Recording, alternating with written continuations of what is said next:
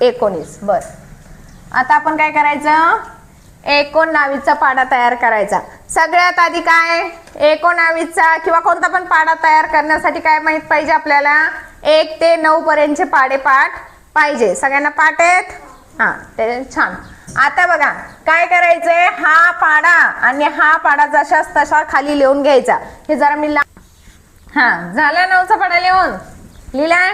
आता लक्ष द्या, आता करायचंय काय, हे बघा एकक, एकक, दशक. हे काय आहे, दशक स्थान.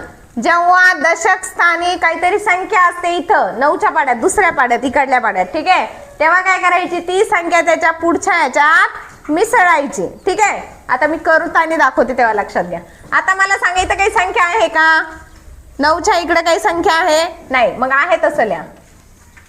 काय लिहिणार, 19. 1 आणि 9 जोडून लिहायचे. ठीक आहे, आता मला सांगा इथं ही संख्या आहे बघा, आहे 1, इथं संख्या आहे ना, ही संख्या याच्यात मिसळायची, त्याच्या पुढच्या संख्येत मिसळायची. ठीक आहे, म्हणजे 2 आणि 1 3, 3 आणि 8 आहे तसे त्याच्या पुढे लिहायचं, 3 आणि 8 आहे तसे. म्हणजे एक लक्षात ठेवायचं, इथं दशक दशक दशक, एकक दशक, एकक दशक माहिती ना आपल्याला, हे एकक आणि हे दशक.